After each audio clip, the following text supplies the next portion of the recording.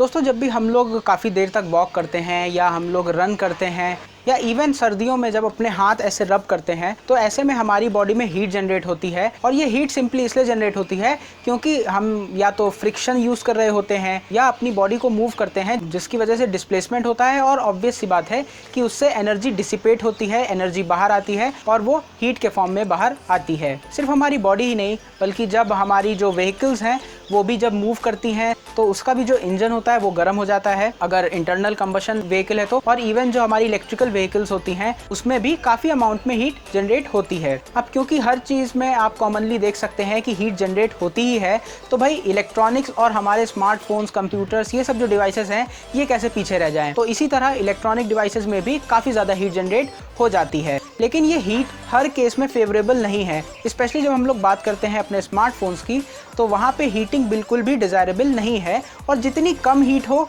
आपका फ़ोन उतना ही अच्छा माना जाता है। और इसी हीट की वजह से कई सारी कंपनीज़ हैं Xiaomi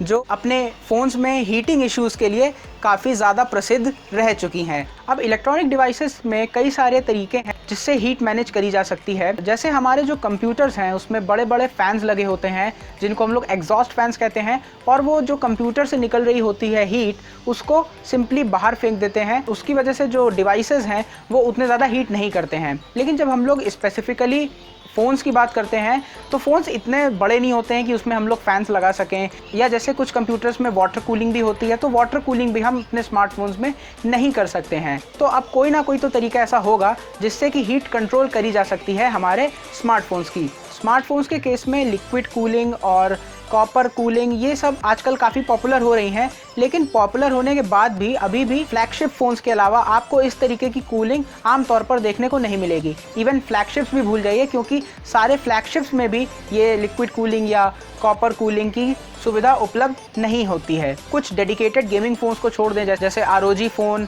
Xiaomi का ब्लैक शार्क फ़ोन और उसके अलावा पोको का एक पोको F1 फ़ोन आया था, उसमें भी लिक्विड कूलिंग थी। लेकिन इन कुछ डिवाइसेस के अलावा आपको किसी भी बहुत ज़्यादा पॉपुलर डिवाइस में लिक्विड कूलिंग और इन सब तरीके की कूलिंग के सिस्टम्स देखने को नहीं मिलेंगे। तो आखिर कौन सा ऐसा तरीका है जिससे सारे फ़ोन्स कितने भी महंगे हों, कितने भी सस्ते हों, ये हीटिंग इशू को कंट्रोल किया जा सके। तो इस हीट को कंट्रोल करने के लिए एक सोल्यूशन जो सारे ही फ़ोन्स में यूज़ होता है उसको हम लोग कहते हैं थर्मल थ्रॉटलिंग। अब क्या है ये थर्मल थ्रॉटलिंग और कैसे ये आपके फ़ोन की हीट को कंट्रोल कर सकता है, ये सब आज डिस्कस करेंगे इस वीडियो में। तो वीडियो शुरू करने से पहले अगर आप इस चैनल पर नए आए हैं तो आप इस चैनल को ज़रूर सब्सक्राइब कर लें, क्योंकि जब आप बिना सब्सक्राइब करे वीडियो को देख के चले जाते हैं तो बहुत बुरा लगता है। बुरा लगता है भाई, आप लोग भी जानते हो यार। तो हे गाइस, मेरा नाम है अभिषेक, आप देख रहे हैं tech to the core. Video को शुरू करते हैं, लेट्स गेट स्टार्टेड।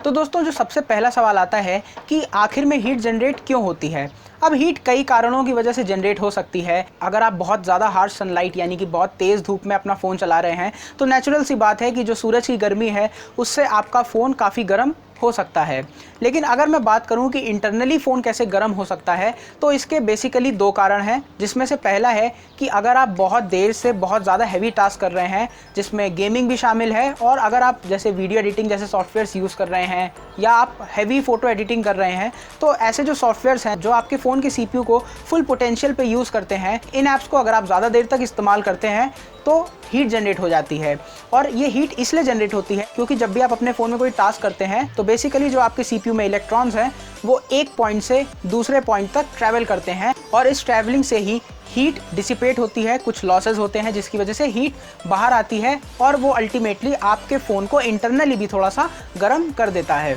और दूसरा रीज़न ये हो सकता है कि जो आपके फ़ोन का सॉफ्टवेयर है वो उतना ज़्यादा एफिशिएंट नहीं है, जिसकी वजह से नॉर्मली भी आप जब कोई काम कर रहे होते हैं तो आपका जो प्रोसेसर है उस पर एक्सेसिव लोड पड़ता है और आपका फ़ोन हीट होने लग जाता है। तो अब जब आप हीटिंग का प्रोसेस समझ ही गए हैं तो अब बात करते हैं कि ये थर्मल थ्रॉटलिंग क्या चीज़ है। तो तो थर्मल थ्रॉटलिंग समझाने के लिए मैं आपको एक एग्जांपल बताता हूँ। तो इमेजिन कीजिए कि आप बहुत देर से फुल स्पीड पे रनिंग कर रहे हैं, तो ऑब्वियस सी बात है कि आपकी बॉडी में काफ़ी ज़्यादा हीट जनरेट हो जाती है, जिसकी वजह से आपको अपनी रनिंग स्पीड थोड़ी सी कम करनी पड़ती है या आपको एकदम ही रुक जाना पड़ता है थोड़ी देर के लिए, जिससे आपकी बॉडी का टेम्परेचर थोड़ा सा लो हो जाता है और उसके बाद आप दोबारा से रनिंग कंटिन्यू कर सकते हैं। तो ऐसा ही कुछ होता है जब हमारे फ़ोन्स में थर्मल थ्रॉटलिंग इनेबल हो जाता है। तो जब हम बहुत से हैवी गेम्स या ऐप्स का इस्तेमाल कर रहे होते हैं, तो जब हमारे फ़ोन का जो टेम्परेचर है वो एक पर्टिकुलर रेंज से ज़्यादा हो जाता है, तो हमारा जो स्मार्टफोन है उसका सॉफ्टवेयर प्रोसेसर को बोलता है कि भाई अब बहुत गर्मी हो गई है, अब तू अपनी परफॉर्मेंस थोड़ी सी कम कर दे। तो ऐसे केस में जो प्रोसेसर है वो अपनी क्लॉक स्पीड और वर्किंग फ्रीक्वेंसी को लो कर देता है, जिसका सीधा सीधा मतलब ये है कि आपका जो फ़ोन है उसकी परफॉर्मेंस थोड़ी सी ड्रॉप हो जाती है, ताकि आपका फ़ोन उतना ज़्यादा हीट ना हो। और इस परफॉर्मेंस ड्रॉप से आपके फ़ोन का टेम्परेचर धीरे धीरे गिरने लग जाता है और सेफ टेम्परेचर रेंज में आने के बाद आपका फ़ोन वापस से अपने फुल पोटेंशियल पे काम करने लग जाता है। तो जब ये परफॉर्मेंस ड्रॉप होती है ताकि आपका फ़ोन ज़्यादा हीट ना हो, इस पूरे प्रोसेस को हम लोग थर्मल थ्रॉटलिंग कहते हैं। अब ऐसा नहीं है कि ये जो थर्मल थ्रॉटलिंग का फीचर है ये सिर्फ तभी काम करेगा जब आपका फ़ोन एक्सेसिवली हीट हो जाता है। ये थर्मल थ्रॉटलिंग फीचर तब भी काम करता है जब आप काफ़ी देर तक अपने फ़ोन को यूज़ नहीं करते हैं। इससे होता क्या है कि आपकी जो फ़ोन की बैटरी है वो काफ़ी ज़्यादा सेव हो जाती है, और इसीलिए आप एक्सपीरियंस करोगे कि जब आप बहुत देर तक अपने फ़ोन को आइडल रख देते हैं और उसके बाद जब आप दोबारा अपने फ़ोन को चलाना शुरू करते हैं तो कुछ समय के लिए आपका जो फ़ोन है वो उतनी अच्छी परफॉर्मेंस नहीं दे पाता है और थोड़ी देर बाद ही वो अपने फुल पोटेंशियल की परफॉर्मेंस आपको प्रोवाइड कर पाता है। तो थर्मल थ्रॉटलिंग इसीलिए बहुत ही एक इम्पॉर्टेंट फीचर है। ये सॉफ्टवेयर पे काफ़ी ज़्यादा डिपेंड करता है, अलग अलग ब्रांड्स हैं वो अलग अलग रेंज डिसाइड करते हैं कि कब ये थर्मल थ्रॉटलिंग इनेबल हो जाए ताकि उनका फ़ोन ज़्यादा देर तक काम कर सके। कुछ कंपनीज तो थर्मल थ्रॉटलिंग को बंद कर देती हैं ताकि जब बेंचमार्क टेस्ट हों तो उनका फ़ोन